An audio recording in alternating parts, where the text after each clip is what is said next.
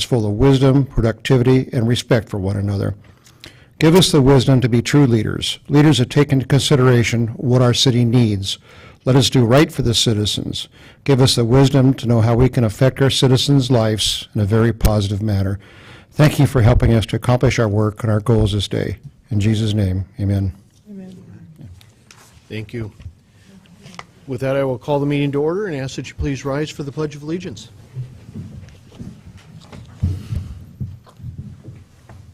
I pledge allegiance to the Constitution of the United States of America and to the republic for which it stands, one nation, under God, indivisible, with liberty and justice for all. Thank you. Rose, could you call the roll, please? Councilmember Boker? Here. Councilmember Greenlee? Here. Councilmember Wagner? Here. Councilmember Lindsay? Here. Councilmember McDaniel? Here. Councilmember Shoemaker? Here. Councilmember Friedman? And Student Representative Moore? Here. Thank you. Are there any amendments to the agenda this evening? Well, actually, I have one amendment already. That is to add an executive session after council member comments. Executive session in regard to labor relations and litigation. Are there any other amendments to the agenda? Just to say, Mayor, there's no action on either of those. Correct. Okay, with that, I have a proclamation this evening in regard to Buddy Poppies. This proclamation for Buddy Poppies, May 15th, 2015. Whereas the annual sale of Buddy Poppies by the Veterans of Foreign Wars of the United States has officially recognized and endorsed by governmental leaders since 1922, and whereas the Veterans of Foreign Wars Buddy Poppies are assembled by disabled veterans, and the proceeds of this worthy fundraising campaign are used exclusively for the benefit of disabled and needy veterans and the widows and widowers and orphans of deceased veterans. And whereas the basic purpose of the annual sale of Buddy Poppies by the Veterans of Foreign Wars is eloquently reflected in the desire to honor the dead by helping the living. Now, therefore, I, Sean Gard, Mayor of the City of Washougal, do hereby urge the citizens of this community to recognize the merits of this cause by contributing generously to its support through the purchase of Buddy Poppies on the day set aside for the distribution of these symbols of appreciation for the sacrifices of our honored dead.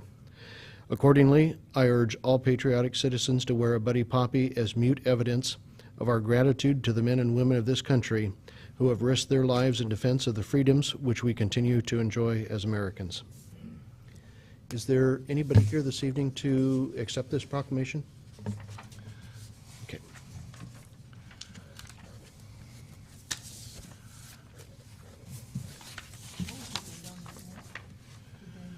May 15th. With that, that brings us to the first opportunity for any members of the public that would like to address council. Yes, come right up. Good evening. Good evening. If we could get your name and address. My name is Cam Kitchen, and I live at 2482 North M Street, Washougal.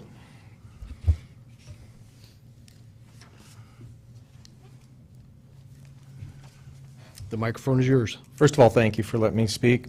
I'm here tonight to urge the City Council to vote yes on a new nuisance ordinance. I've lived by a suspected, I'm going to call it a drug house, for the past 18 years.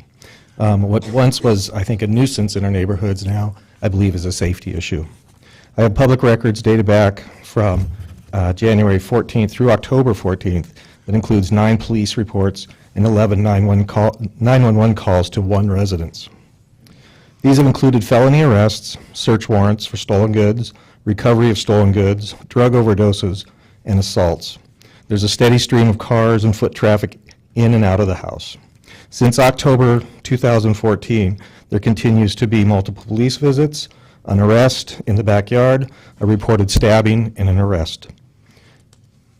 I believe that the homeowner and the people that visit are clearly in risk to the safety of our community, as well as requiring a huge amount of city funds and resources.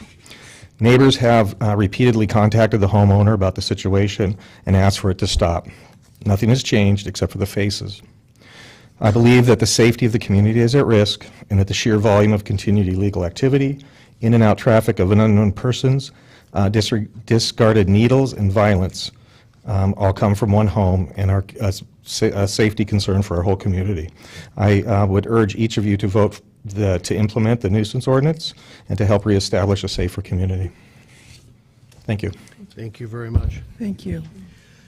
Anyone else that would like to address council? Good evening, Dan. Hi. Yeah, Dan Dorringer, 931 15th Street in Washougal. So, a week or two ago, we had a tragedy in the community with Ray Bohm taking her life over at the bridge, crossing the river.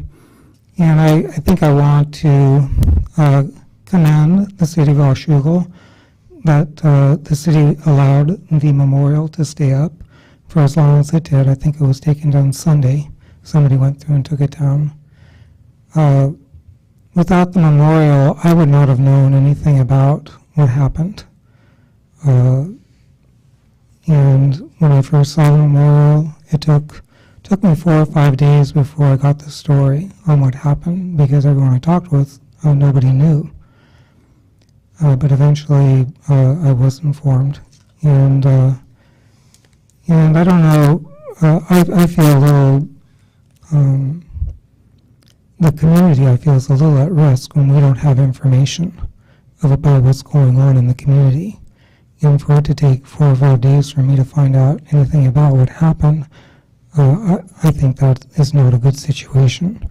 When I contacted the papers, the Columbia and the Post-Record, their interest was pretty much in giving the obituary, but the obituary didn't have any specific information.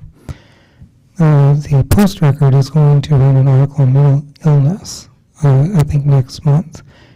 And Heather, I think it is going to be, I think she's going to probably include, I don't know by name, but she's saying that that's their response to the situation. That's good. But I still want to register a concern that maybe I'm not hearing about serious things going on in the community that nobody's telling us about. And if I went for a memorial, I wouldn't know about this one. I commend the city for allowing the memorial to stay up, and I hope that continues. And even though there was some graffiti painting on there that is unsightly, and it's still there, I'm sorry for that, but maybe that can be cleaned up. Thank you. Thank you, Dan. Anyone else? Okay, moving to the consent agenda. Council, this evening, your consent agenda has 5 items on it. Your workshop minutes of April 13th, 2015. Your council minutes of April 13th, 2015. Accounts payable claims totaling $1,340,870.34. Payroll checks totaling $166,506.18. And Agenda Bill 20-15, an authorization for the mayor to sign a professional services agreement with GSI Water Solutions, Inc. for well number 1 replacement and the well decommissioning project. Council? Mr. Mayor, I ask unanimous consent that we approve the consent agenda as read. Hearing no objections, so ordered. Brings us to our item under new business, Agenda Bill 21-15, an ordinance with the addition of the Washougal Municipal Code, Chapter 9.71, chronic nuisance properties. Chief.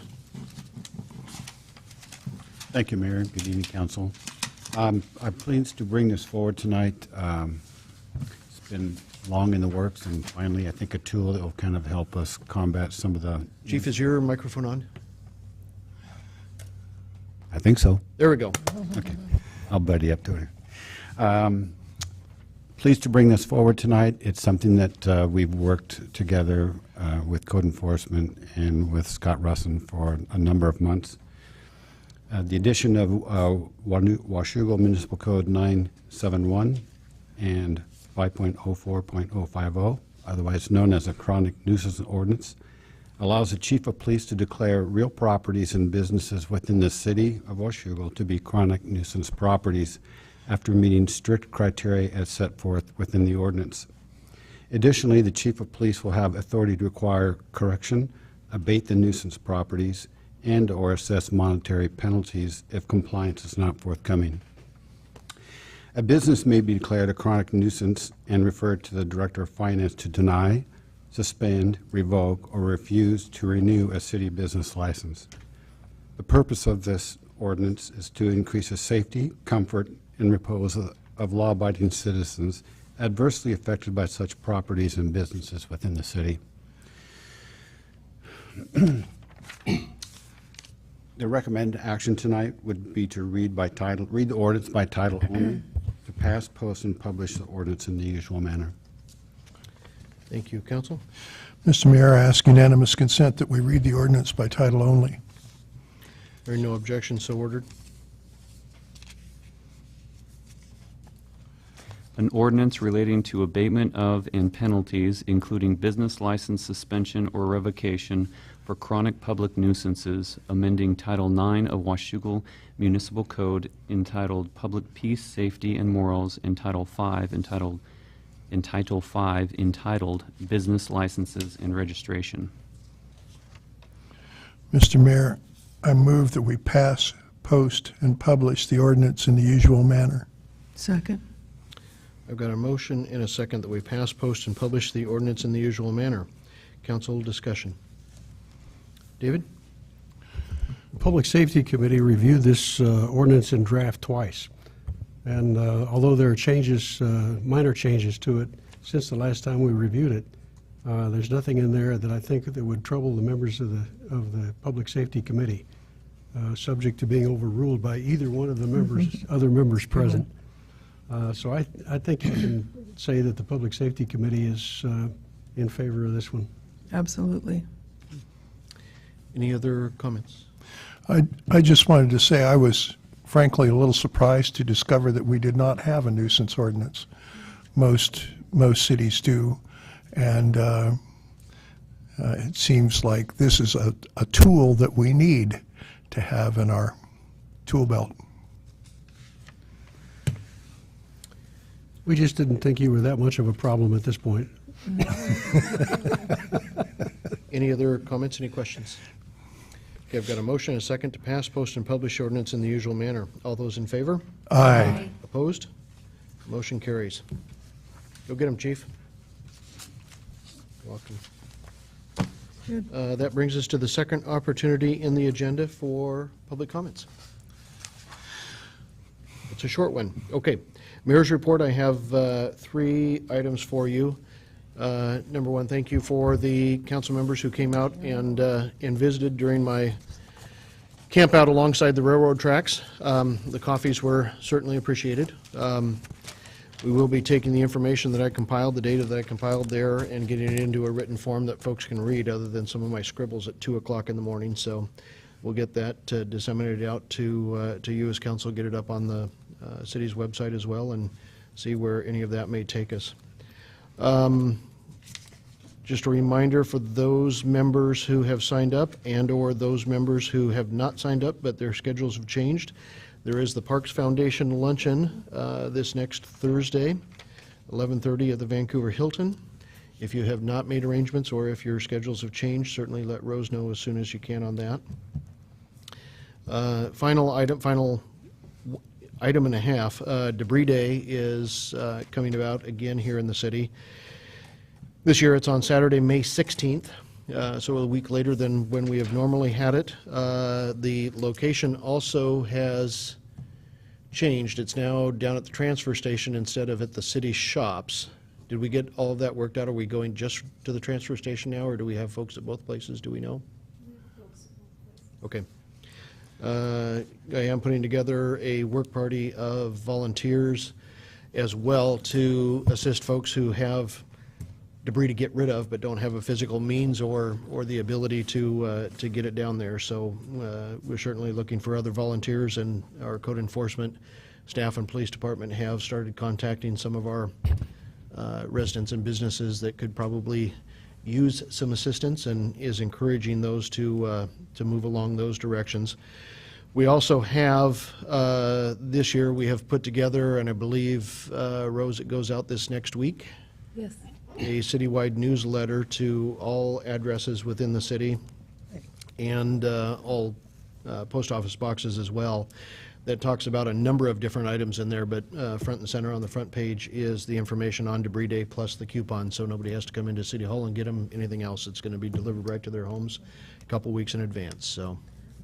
Okay, Joe? Is that where we'll find a list of items that are not allowed? Yes. Because I know I brought one last time. Yep. Turned around and took it right back home. But never fear, if you get it It's wrong just a again, they'll give it mattress. right back to you again. Yeah, thank you. So again, if there are folks that you know of that can use some assistance, certainly don't hesitate to have them contact me. I think last time we used my personal information for folks to get, but for tracking purposes within the city, we're using all the city contact information this time around. That's all that I've got. Council members, Brent? Well, I enjoyed meeting you, Mr. Mayor. I think I was down there 3 times for the train monitoring exercise. I'm glad you pulled it off, and you're back with us, and I recovered from some sleep deprivation, I hope. During the break, during the workshop, Councilmember Greenlee brought up a question about possibly recovering fees for dump trucks and things like that during construction. And I went to the revenue guide. I don't know if you're familiar with that publication. It might fit under street use permit, so you might be able to impose a fee, require a street use permit for that. I'm not sure. That's just off the top of my head, but you might take a look at that. It's on the second to last page of the revenue guide when they throw in a bunch of categories of fees that might be allowed. And other than that, I'm heading up to Vancouver, BC Wednesday for a conference. And I haven't been there in quite a while. It's for the Municipal Lawyers Association, so. Enjoy. Thanks. Michelle? There will be a Parks Board meeting at 3:30 on May the 6th. I also enjoyed meeting with you, and I'm hoping that there'll be some fruitful things that come out of that.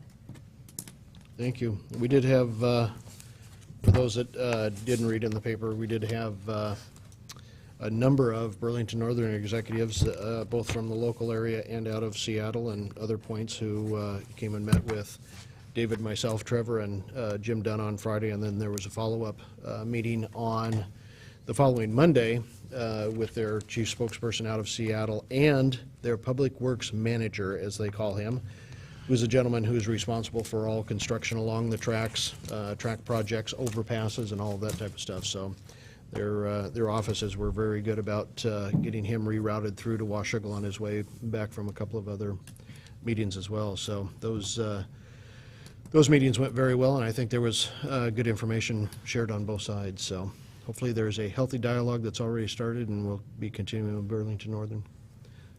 Paul?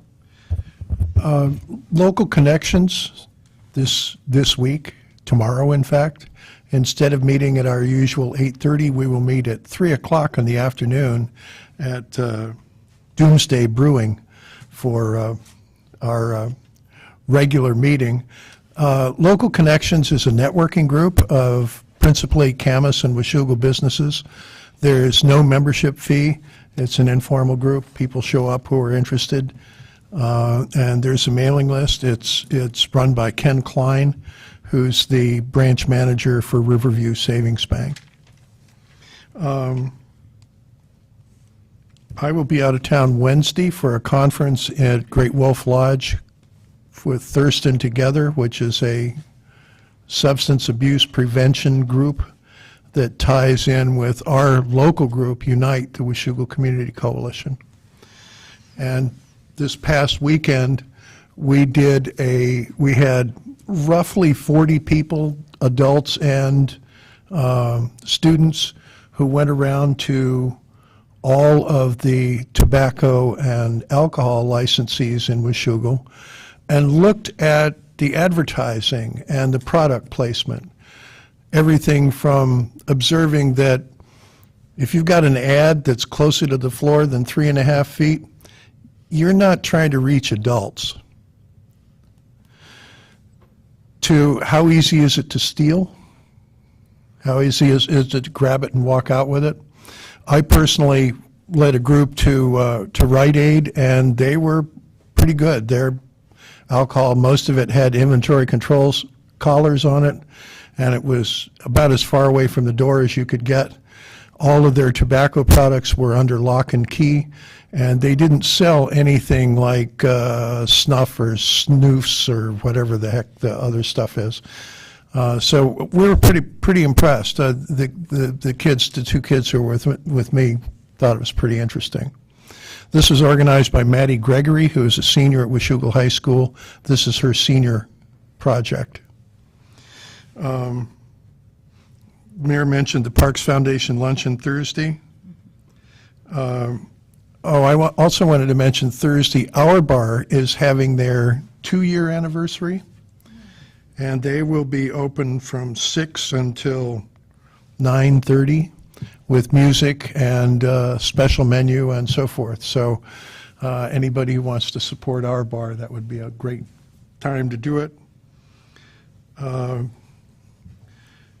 Next week, there's a Regional Transportation Commission meeting on Tuesday at 4 o'clock in the county building on the 6th floor. And as soon as that's done, I will be headed to the airport. I'm flying to Savannah for a National League of Cities. I wish I could remember what RISC stands for, but it's basically insurance. This is associated with the Association of Washington Cities Employee Benefits Trust, which is a health and welfare trust that provides health and welfare coverage for municipal employees. We have about 220 organizations and close to 30,000 lives under coverage. So we always learn interesting things when we go to the National League of Cities, and they learn from us. We're one of the showcases. And so I will be gone from Tuesday. I'm going to red eye, so I'll be gone from Tuesday night until Saturday evening. And that's pretty much it. Oh, I wanted to ask, there was some conversation about the city of Auburn, I think it was, and a rail project for them. What was that about?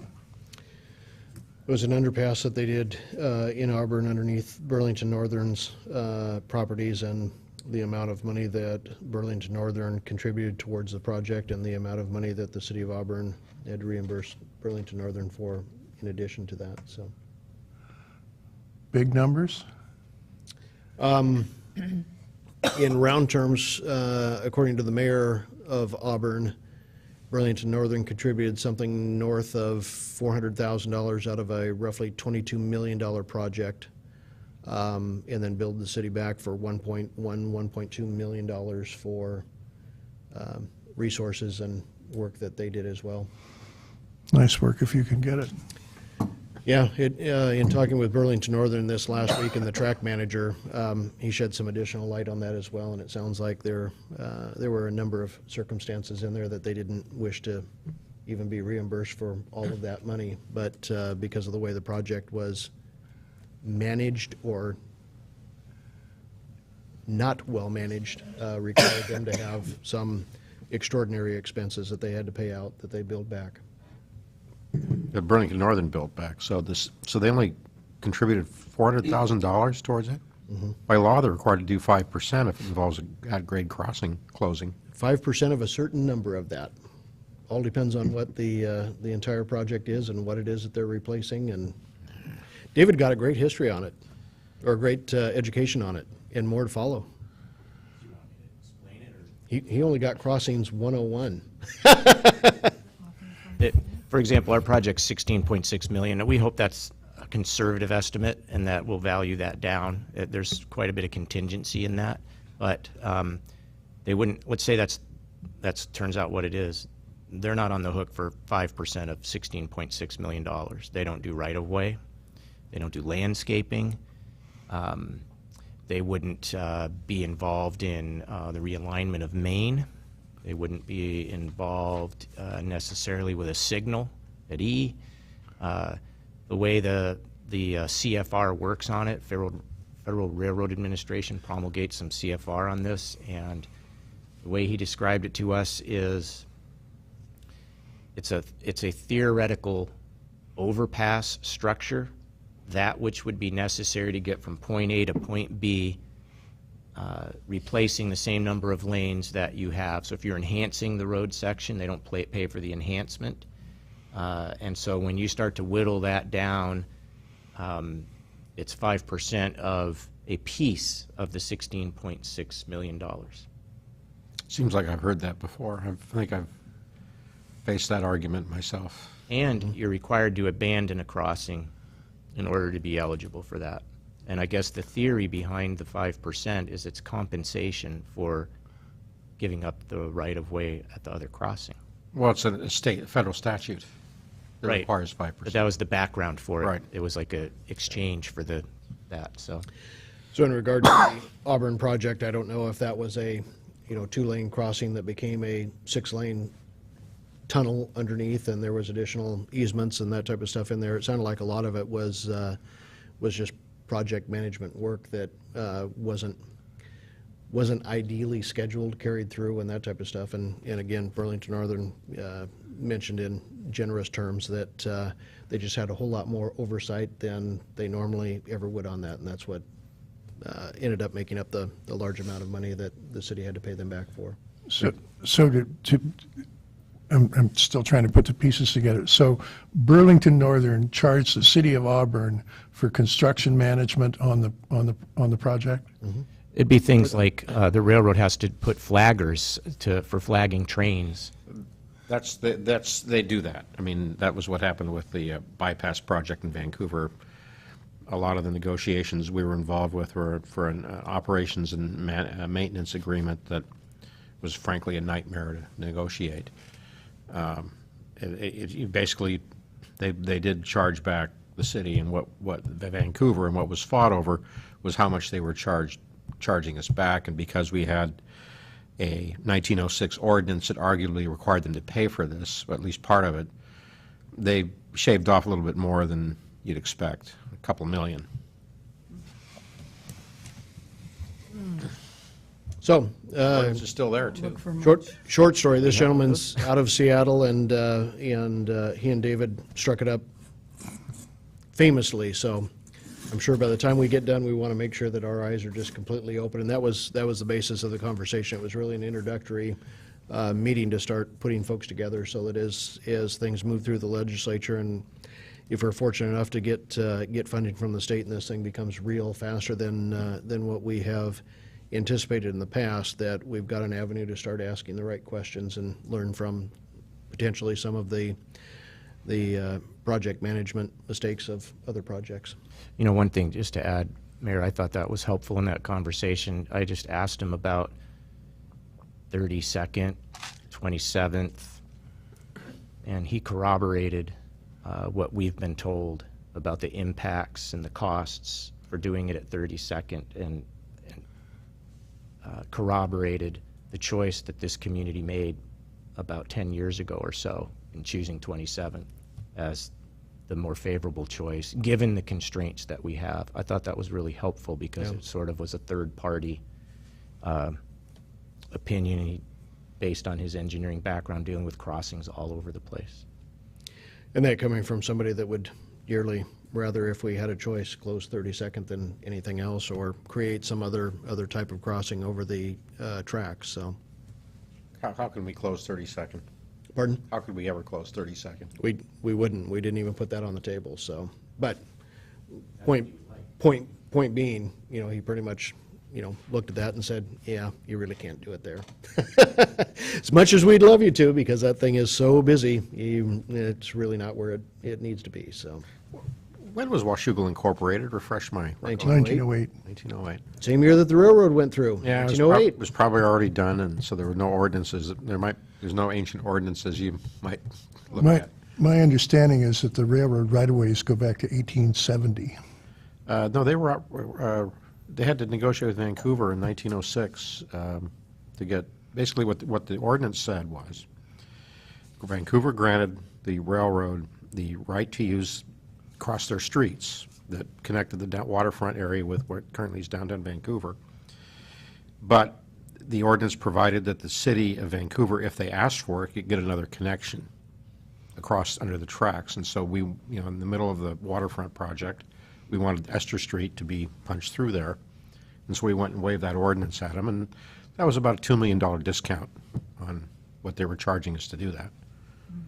So it had value, but it, you know, I don't think it had full value. And then just one other thing for the chief to think about. I realize that you're so tight that things squeak. On Debris Day, it would be really wonderful if we had a way to take back drugs. We do that every day.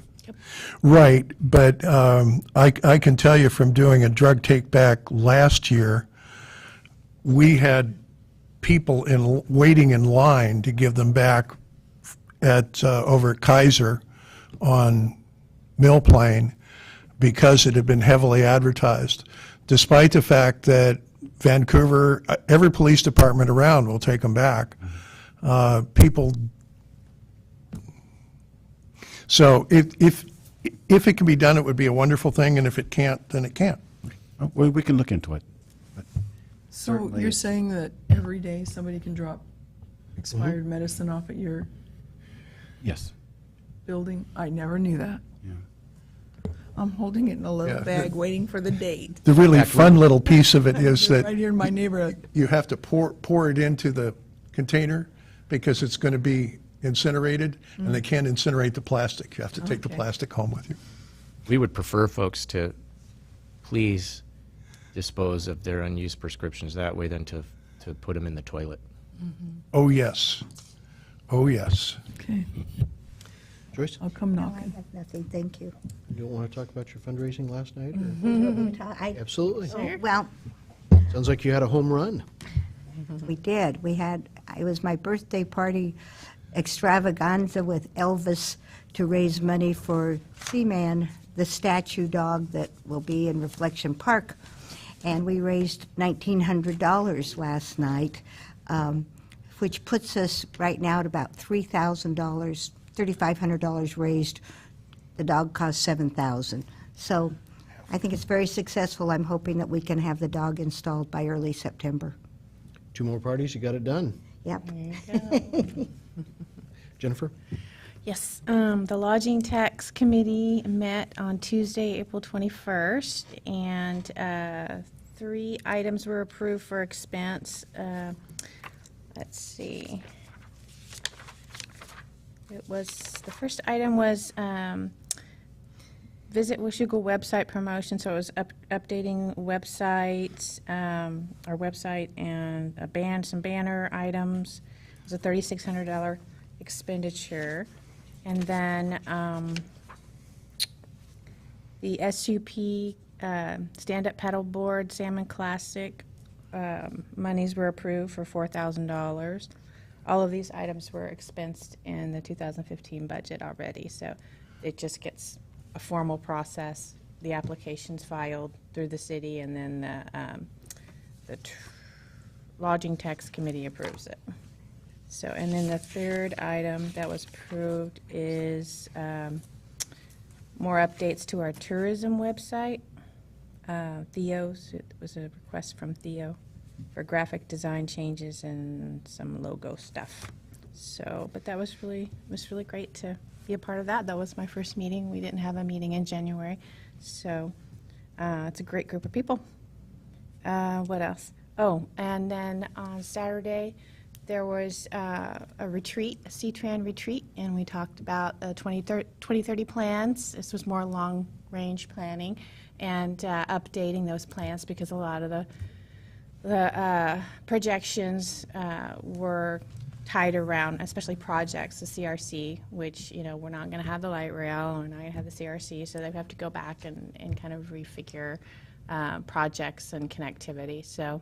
And we talked a lot about small cities and how we have our own representation now on the board, and we have a voice, and we're all eager to have input and to see what we can make happen out in our neck of the woods, because we're growing and we're developing, and, you know, we're in need of additional bus service. So we shall see how that goes. Good luck. Thank you. You'd already mentioned, actually, two people have mentioned the Parks Foundation Luncheon, which I'll be attending on Thursday. There's also the Camas Plant and Garden Fair on the 9th of May, and that same day, I think, are we still on for the art unveiling in Reflection Plaza? As far as I know. As far as I know, That's Suzanne, Parks. Michelle might know that. Michelle, do you know if that's still on? I missed the last meeting and I haven't heard anything. Okay. Unless it's changed, we're going to have an unveiling of a very large art piece in Reflection Plaza. It is a temporary piece of art, and I'm sure, well, if Trevor was here, he probably would know about it because his staff has to fix things up for that to be installed. So I don't know. It's going to be unveiled. So I know what it looks like, but there's going to be a big shroud over it and all of that. So exciting stuff. What else? How about the Downtown Association meeting, didn't you? Yeah, that All was go to that? really interesting. I missed it, and but- exciting. Basically, have they been meeting for a year? That was my first meeting. They said something about meeting for a year. Yeah, very sporadically. Okay. They've been finding their way. Yeah, that would make more sense, just because we're still working on mission and vision statements. So that's kind of still early. That could still be going on for 3 years. I mean, that and a logo. Okay, there you go. So, but no, it's a great group of people. They were so excited to have, they're excited to have, people from the city be interested in it and want to participate. And, Renee is heavily involved in that. And Randy Curtis is our moderator, and he's just fantastic. Keeps us on track. But yeah, good things happening. Really good things. Good. Yeah. Just, Oh, oh, go ahead. well, I just want to say that it is final now. It's the Washougal Waterfront Park is what will be named over at Yes, the yes, port after a lot of lengthy debate about that name. So Happy day. that's settled now. The Washougal Downtown Association, there have been 5 kind of key players in putting that together. At this point, they have all of their corporate documents together. They have their tax exemption, their corporate filings with the state of Washington, and so forth. And they have what's called affiliate status with the, refresh my memory, the Main Street. Main Street. Main Street. Main Street program. So at this point, what they're looking to do is expand their board of directors to 7 or 9, something like that, and move forward with some projects. And the meeting, yes, most of the meeting was taken up with hammering out a mission and a vision statement, which is something that we worked on in the previous meeting for most of the meeting. So at this point, we have recommendations to pass to the existing board. I can't think of anything else that happened, can you? And there was also now that you remind me though, there was the library dinner and board of directors meeting. Yeah, I unfortunately had to miss that. I was so bummed about that, but I cannot be in 2 places at once. I think wasn't that last week, a week ago tonight? Yeah, it Anything was. No, I don't have anything At else. Vancouver Council. David? 2 items, Mr. Mayor. First of all, the Public Safety Committee, having met last Monday, would normally not meet again until the 3rd Monday in June. However, we've been alerted by the Camas-Washougal Fire Marshal, Ron Schumacher, that he may need a meeting in May to discuss the reconciliation of inspection fees between Camas and Washougal. When we joined the 2 departments together, we had 2 separate schedules for fire inspection fees, and they're reconciling those now, and they'll brief us on that sometime in May.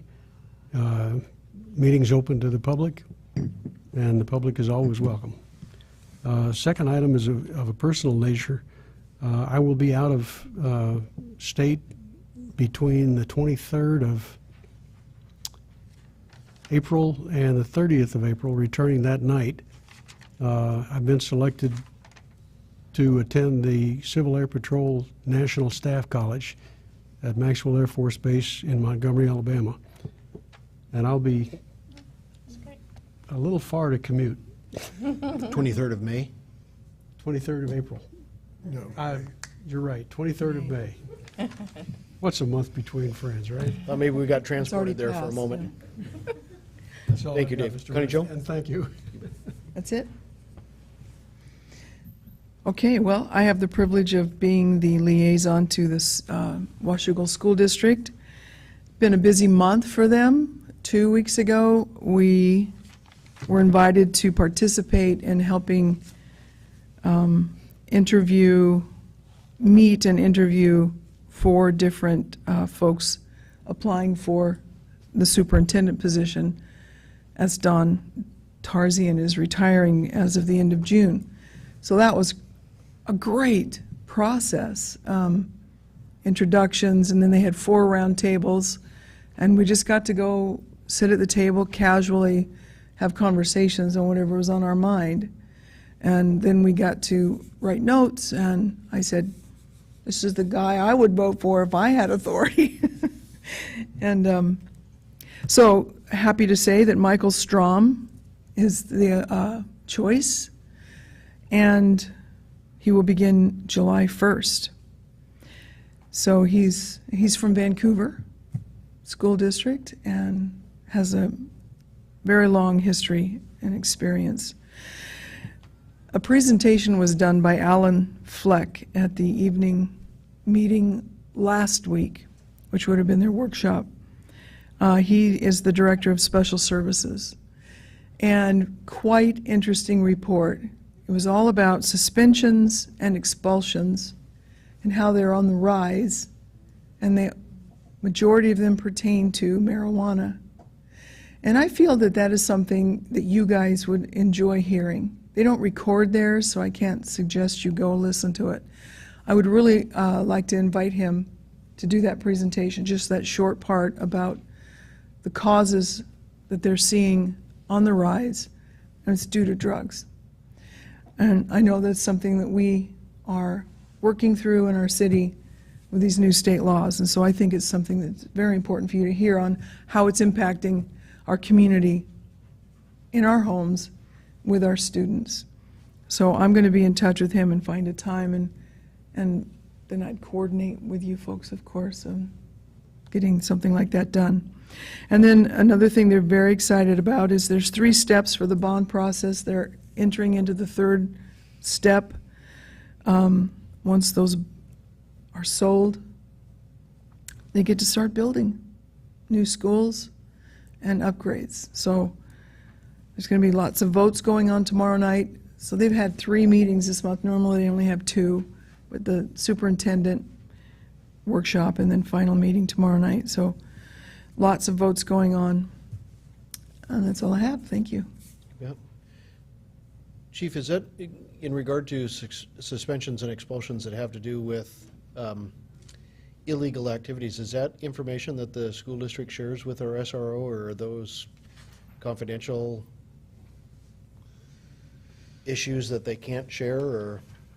Some they can share, some they do not share.